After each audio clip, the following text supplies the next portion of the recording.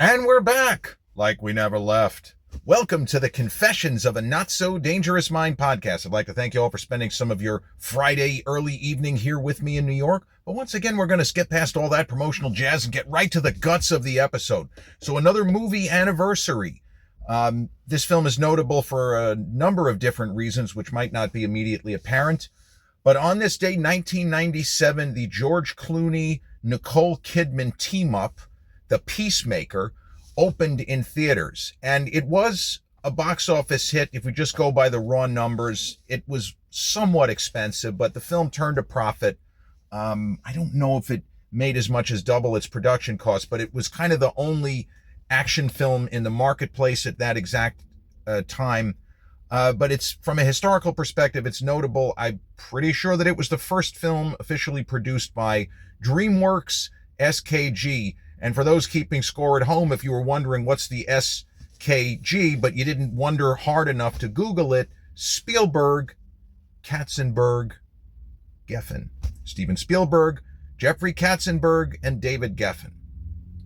So Peacemaker is a film that cannot be made now. It is a very specific kind of movie that you were able to make it in the 80s, the 90s, but in the post 9/11 world, you're not making this. You're just not.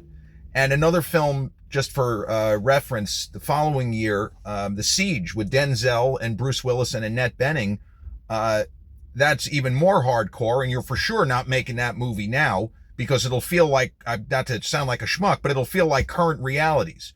But The Peacemaker deals with, and this was also popular in the 90s, man, Hollywood is so ghastly, right? The number of times that New York City has been blown up or burned up or, eaten by Godzilla or whatever the case might be, washed away by a tidal wave in Deep Impact. Sorry for spoilers.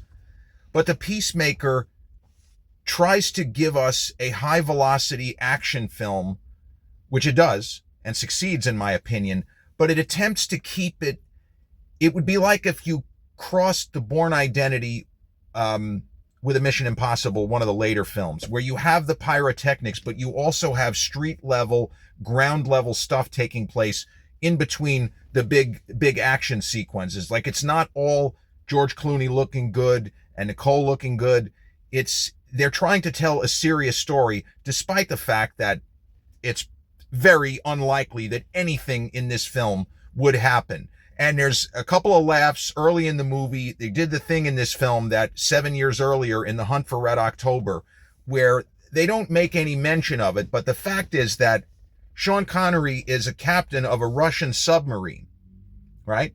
But we speak English. Most of the people seeing the film in the United States, I'm not going to speak for everybody, no pun intended, but the movie is in English, okay? But you start the film and you're on a Russian sub and they're speaking Russian, which I don't know what they're saying. And then, as if by magic, they start speaking English. But they're not speaking English. They're speaking Russian. But we think they're speaking English, and it's sort of like a little bit of a Jedi mind trick. I mean, it's fucking hilarious the way Red October does it. But in this movie, you have characters who are trying to fit in, and they keep yelling at everybody's yelling at everyone else to stop speaking in Russian. He's not going to say, you need to speak English because this movie was funded with Hollywood American money and they don't want to hear 20% of the film in Russian. So The Peacemaker was directed by Mimi Leder. It's funny that I just mentioned Deep Impact. That was her follow-up film. Another movie that I think is somewhat underrated by history. It came out just before Armageddon, right? New York blowing up. Deep Impact, New York blowing up. The Siege, New York might blow up. Godzilla, Crunch and Munch, right? Does he really breathe fire in that movie? I don't know. I think they tried it, but the special effect didn't work that well. But The Peacemaker, it was George Clooney's first leading man kind of role in this context, that he was just like the centerpiece of the movie, is an action star. And Clooney had already done a film with Michelle Pfeiffer the previous year, One Fine Day. I mean, as romantic comedies go, they are very attractive people. So apologies for the different backdrop. I did about 5 minutes of this episode last night. I was in the car and I was interrupted. And the rest of my night was so busy, wink, wink, maybe not. But the rest of my night was so busy that by the time I got home, I was too tired to pick it up where I left off. And I realized what I just said, but I figured I would pick up where I left off. So here I am, you've seen it, but not this angle. This is part of my basement gym, and I'm on the little cardio machine that I purchased right at the beginning of COVID in March of 2020. And this cardio machine was $100 all in. And this is the single greatest purchase in the history of Amazon, because here it is 5.5 years later, and this machine still works. $102, I think, all in, including taxes and shipping, which was free because it was Amazon. But where I was going is to set the stage for how George Clooney and Nicole Kidman even got to be in this movie. And Clooney had the romantic comedy, as I say, with Michelle Pfeiffer, One Fine Day, which was not a hit, but he was good in it. You could see why he hit with ER. But for me, the key film, and I think most people would agree, is From Dusk Till Dawn, the movie that he made with Quentin Tarantino, which Tarantino wrote the script but did not direct that film. He co-starred in it, of course. They played brothers. But Clooney is phenomenal in that film. He gives a better performance than the material kind of requires in an exploitation film like that, and that's what it is. It's deliberately absurd, over the top, and an exploitation film. But I think it's just a phenomenal movie. It's up there, certainly in my top 5 favorite vampire films. It's just awesome. And, you know, the movie earlier this year, Sinners, there's a lot of parallels between Sinners and From Dusk Till Dawn, as crazy as it might sound. I don't just mean because they're both vampire movies. So Clooney was on the rise. And the irony of Nicole Kidman is it still felt like she was on the rise, even though she had been a big star since the late 1980s. Movies she made like Dead Calm with Philip Noyce. Sam Neill plays her husband in that movie, and a very young and very scary future Caledon Hockley in Titanic, Billy Zane. You see him all over social media now. He just played Brando. He looks so much like Brando in the film Waltzing with Brando. I'm gonna make him an offer he won't refuse. It's kind of eerie how much he impersonated Brando. But Nicole Kidman made a lot of interesting films in the 90s that showed she was willing to take risks. She was willing to take risks, and she was willing to take on roles that could sort of turn audiences against her. And for a big star, that's something that was not normally done, because the realities of Hollywood is big female stars have less rope. You look at Demi Moore, who was headlining movies, and all of a sudden, Demi who? You don't have that many bombs. You compare Demi Moore, for example, with Brad Pitt, who turned out a lot of box office bombs, but Brad Pitt was still Brad Pitt. I love Brad Pitt, but the reality is he had a lot of films that way underperformed, including Fight Club, which, I could sit here and tell you it might be the best movie that Brad was ever in, but it didn't do that well at the box office. I think audiences weren't ready for a nihilistic film based on chaos and book based on chaos in the sense and in the manner of Fight Club. And Bruce Willis also. Bruce Willis had an enormous number of box office disappointments, but he was Bruce. Bruce had an incredible run on the A-list, and, you know, as big a Bruce Willis fan as I was and still am, every day I hope that maybe there's some kind of improvement, that he's not continuing to slide downhill. It's all so terrible. But some of the films that Nicole made in the 90s, a little bit below the radar now historically. She did a film with Michael Keaton. She had 2 movies in 93 that came out right around the same time. She did a film called My Life with Michael Keaton, where she plays, well, at that point, he was technically still Batman. He hadn't quit the role yet. She plays Michael Keaton's wife. And it's a weird pairing. Michael Keaton, nice looking guy, don't get me wrong. But the pairing is a little bit, it just feels a little bit off. And it might be the one weakness of that movie. There's nothing wrong with her performance, but I'm like, they're not, no. I don't accept that. I completely reject this. But she gives a really kind of wholesome and uplifting performance in that film as Michael Keaton's wife, standing by him as he goes through all manner of cancer treatments. It's really a for hanky weeper kind of film.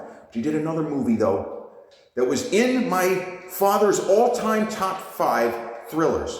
She did a movie called Malice with the future president of the United States in the cinematic universe of Independence Day in Bill Pullman. She's married to Bill Pullman. Like Bill Pullman and Nicole Kidman, I can see that.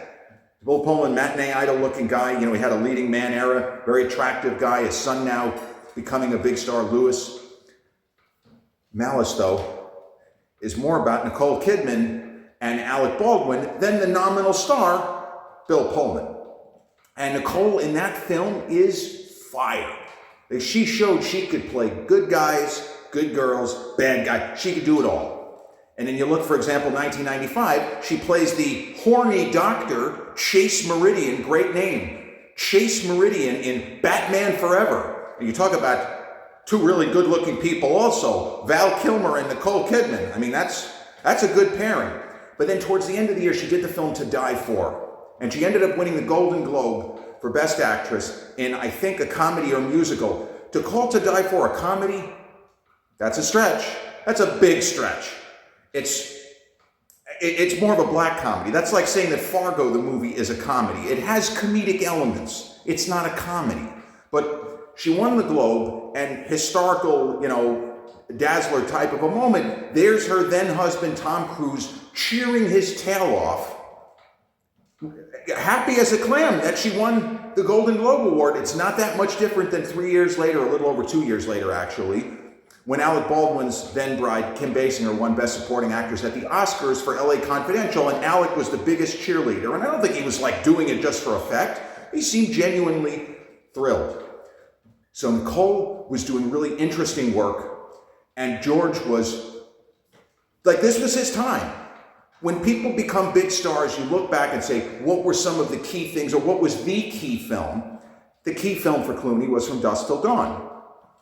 And Nicole, I guess the key film that put her over the top was Days of Thunder with her future husband, Tom Cruise, where she doesn't really have anything to do. And she's an ocular surgeon, an ocular specialist. She looks like she's about 20 in that movie, but, we go with it. To be honest, Cruise still looked like a kid there, too, so I really shouldn't be taking shots at her.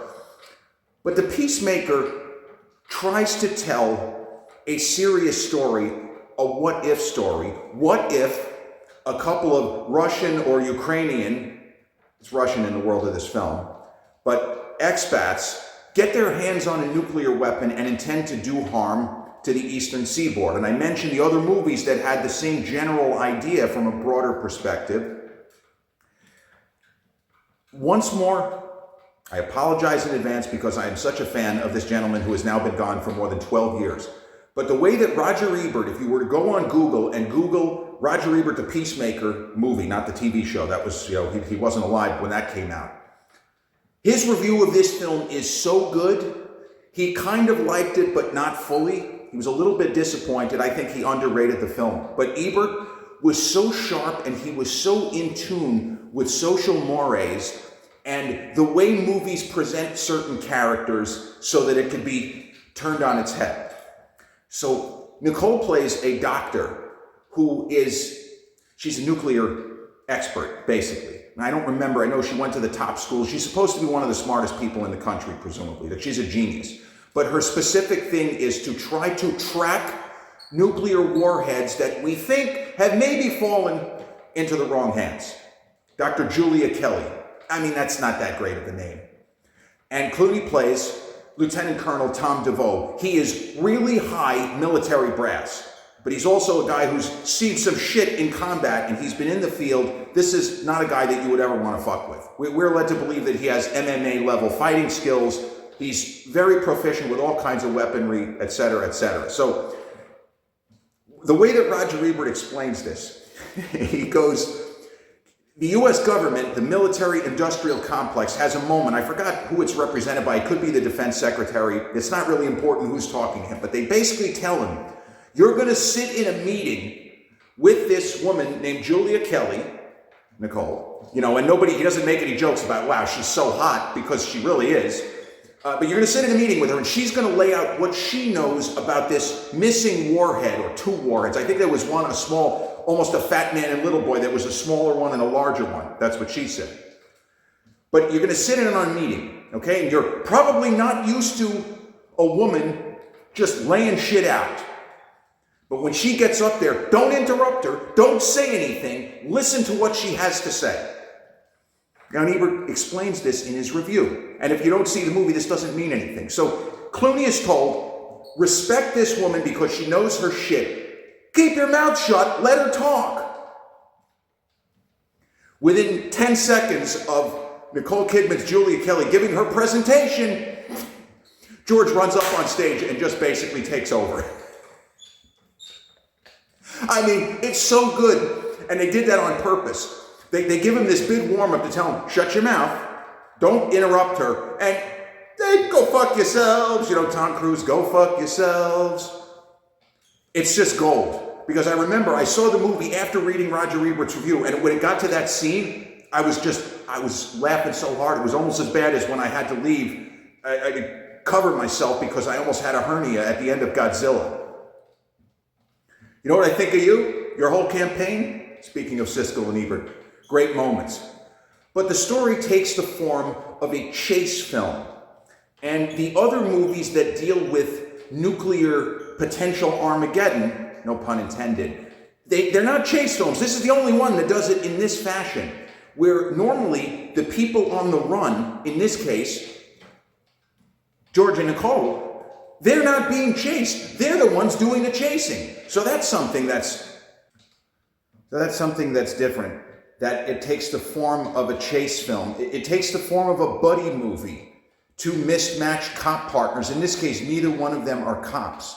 And when I saw the film, my father and I went to see it on its opening, I don't know if it was the Friday or the Saturday, but definitely on its opening weekend. The reviews were just okay. You go on Rotten Tomatoes, it's not certified fresh. And I double-checked in between last night and this morning. The film was a box office hit, although it did better, relatively speaking, overseas than it did in the United States, in part, I guess, because the villains were European. I'm taking a guess. I don't actually know that. But it was a significant difference. The film did not turn a profit in the States, but when you count the overseas market, it did and does. So Clooney's character is interesting. He has moments where he is doing alpha male shit and kind of showing off a little bit. You know, his hair had just started to go gray. George was somebody whose hair began going gray when he was in his mid-30s. You look at him in One Fine Day with Michelle Pfeiffer, and it doesn't appear that there's any salt and pepper going on. Maybe he colored a little bit, I don't know. But in this movie, there's just the slightest little bit of salt and pepper. And then obviously going forward, each movie he had a little bit more in the way of grays. But one thing the movie does, though, that is, I talk about potential audience alienating thing, is that we want to like George's character, even though he is headstrong, even though he disobeyed that direct order when he interrupts Nicole Kidman's meeting. But I feel like that scene is almost played for laughs because the way they warm it up, just keep your mouth shut, and he comes in and just basically takes over. There's a moment in this movie, though, where he and Nicole survive an assassination attempt. And they can just go. They can just leave. The threat is neutralized. Neither of their lives are in danger. And Lieutenant Colonel Tom DeVoe does not behave like we would expect from a George Clooney protagonist. Because remember, from Dusk Till Dawn, he's not a conventional protagonist. The guy's a career criminal. He's a fucking scumbag, but he has a little bit of a conscience. And he doesn't seem to be a sociopath or a psychopath. He just seems to be a guy who turned towards a life of crime, but he knows what he's doing is wrong. Whereas Quentin Tarantino's character in that film is completely off his rocker. But in The Peacemaker, there is this big action sequence, I think in Italy. It's either Italy or France. And they survive what amounts to an assassination attempt. And they can just leave. They can just turn around and go about their business. But rather than do that, Lieutenant Colonel Tom DeVoe just walks over and kills the bad guys. They're in a car, they're injured, whatever it is, but he doesn't have to do that. But he just walks over and he ices them. And it brings us back to the reality of the movie. And as I say, I give credit that George Clooney was willing to do that and go there in that scene and not soft pedal because that's exactly what this character would do. This guy is hardcore. He just happens to look like George Clooney. And, you could argue, does Nicole Kidman as like a brilliant nuclear specialist? Does she look like a nuclear? Well, she looks more like a nuclear specialist here than she looked like the ocular surgeon opposite Tom Cruise in Days of Thunder. She gives a good performance, and I think it's one of his best performances, certainly of the decade. The movie Three Kings, a lot of people loved it. It was okay. I feel like that's kind of Mark Wahlberg's movie more so than Clooney. I remember Mark had to me the kind of bigger moments. But the way this film lays out where the bad guy is, it actually tries to humanize the villain. This is also not something that the 90s necessarily did that much. They tried to do it in The Siege a little bit, but I think this movie is a lot better than The Siege. As much as I love the cast, man, Denzel in the 90s was just, doing so much great work. And Bruce, obviously, in the 90s was awesome. And also Annette Bening, man. Annette Bening, what a great actress. But speaking of 90s, American Beauty, in one of my most overhyped movies, I don't like Annette Bening's performance because it throws that movie completely out of whack. She plays the material as if she's in a comedy, and everybody else is playing it as if it's Bergman and it's the Seventh Seal level stuff. It just kind of throws everything a little bit out of whack. Before I forget, Peacemaker is streaming on MGM+. It is the sort of film where, like, if it were to land on Netflix, you would get those articles on your phone that say something like "Forgotten George Clooney, Nicole Kidman action film tearing up that." It's something like that. And to some extent, this film has been forgotten. And I've always felt that it was better than its reputation. This film should not be rotten on Rotten Tomatoes because it takes the time to really craft characters that we care about, not just blowing shit up real good, but setting the stakes and putting our intrepid heroes in harm's way time and again. And you say to yourself, the villain is very understandable. This is somebody who's, spoiler alert, whose family was killed needlessly, and he's got an axe to grind, but he's not presented as a monster. And that also was a little bit different than what audiences of the day. It might be why people in the States, didn't go to see the movie. I mean, from a New Yorker perspective, again, it's difficult, especially for people under 30, to put yourself in the mindset, whether or not you're a big movie fan, but just from a broad sense. If you're a New Yorker, you remember the Trade Center bombing, the first one in 1993. So this movie was shot about 2.5 years, about 2.5 years after the 93 Trade Center bombing, which I'm not even going to go into it, but you Google that, you'll understand why people think about that, especially. So in this movie, the bad guy, it's not that we're not rooting for him, but we understand. This is not a random lunatic. This guy has a purpose, he has a cause, and he has a message that means something to him. And we don't want him to succeed, but he's not just a random psycho looking to blow up, in the manner of Cobra. I'm going to blow up this whole building. And Sylvester Stallone, rather than take it and say, "Go ahead, I don't shop here." Top 5 best Sylvester Stallone movies. I'm going to blow this whole place up. "Go ahead, I don't shop here." But the Peacemaker, the irony of the title is that nuclear weapons are never supposed to be used. Their whole purpose is deterrence. They're peacemakers not because you fire them off, but simply because you have them. Remember, even in a terrible Superman 4, I'm the biggest Christopher Reeve fan of all time. That film is atrocious. But Gene Hackman's Lex Luthor explains it in that movie. I don't want war. I just want to keep the threat alive. The United States doesn't ever want to use its nuclear arsenal. We just want everyone out there to know that we have them. That's all. But in this movie, they fell into the wrong hands, cliche though it may be, and we could really be facing Armageddon. And as I say, my dad, who was a huge movie fan and somebody who ended up becoming an enormous fan of George Clooney. I don't know what it was specifically, but there were certain actors my dad really latched onto, and Clooney was one of them. My father probably watched this film 6 or 7 times. It doesn't seem like a go-to type movie, but for him it was. He always liked Nicole, and it was just something about Clooney's bearing and standing as a military officer in this film. Dad responded to, and he loved the action sequences. He thought it was really great the way they shot it and stuff like that. But he walked out of the theater. I think he liked it even. I would have given it 3 stars out of 4. He would have given it at least 3.5. But we certainly left the theater feeling like we had seen a terrific action movie. And I could say it's hard to believe it's 28 years ago, but it almost feels like it was older than that this film is like, should be 30 years old. But yeah, that's really all I wanted to say. This is one of those movies that I guarantee you, if you haven't seen it, you will be very pleasantly surprised. And hey, if I'm wrong, if you sit down to watch it and 2 hours later, you're like, unsubscribe, fuck this guy, he doesn't know shit, he doesn't know anything about movies, all good. But I'm willing to go to the mat on this one. This is an underappreciated 90s classic, terrific action film with 2 great stars, fully committed to the bit. And Mimi Leder's direction is top level, and you can see why she was able to get a bigger movie in Deep Impact, which also ended up being an enormous box office hit relative to budget. The Peacemaker, nothing to do with John Cena. No, The Peacemaker, starring George Clooney and Nicole Kidman, released on this day, well, actually yesterday, 1997.